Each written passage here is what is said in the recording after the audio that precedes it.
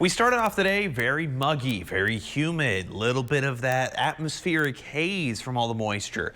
Well, the dry line moved out to the east and it brought all the dry air back in. 9% humidity, 18-mile-an-hour winds. It's 98, but it doesn't feel nearly as hot. All right, I'll take it.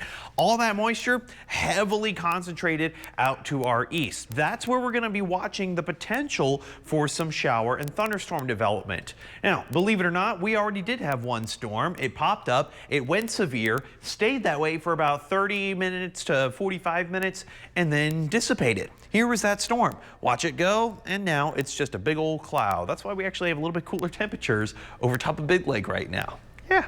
Hey, you know what? You got to see the good in everything, especially by tonight. Tonight, the dry line is moving back over on top of us, increasing moisture, increasing temperatures. Now, cloud cover isn't going to be much of an issue, but 70 degrees for overnight low, it's a little warm for me. My own personal opinion. South wind, that's going to keep the course throughout much of the day. Still that south wind into the afternoon. A little bit cooler though. 91. All right, a bit more reasonable. Why? I have some rain chances. I also have a bit more cloud cover, and I have a cold front coming through. It's all going to depend on the timing of this. Later tonight, yeah, a couple showers, thunderstorms out to the east. Not much of an issue at all. Northerly winds start to come in by the early morning, but notice at that boundary, oh, we're starting to see maybe some storms developing along the Concho Valley, and maybe, just maybe, stretching over into Big Lake and Ozona.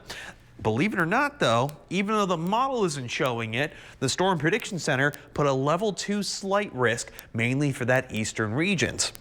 But given that the model data isn't in full agreement, we'll just keep our eye on it. All right, here's the rest of the time. Through your Wednesday, couple of those early showers and thunderstorms. You got a lot of moisture, southeasterly wind.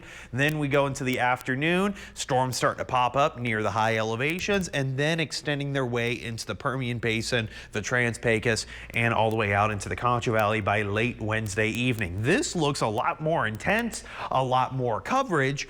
But then you look at the severe risk and it's just a level 1. Okay, so it seems to be more of a rain event than an actual thunderstorm event.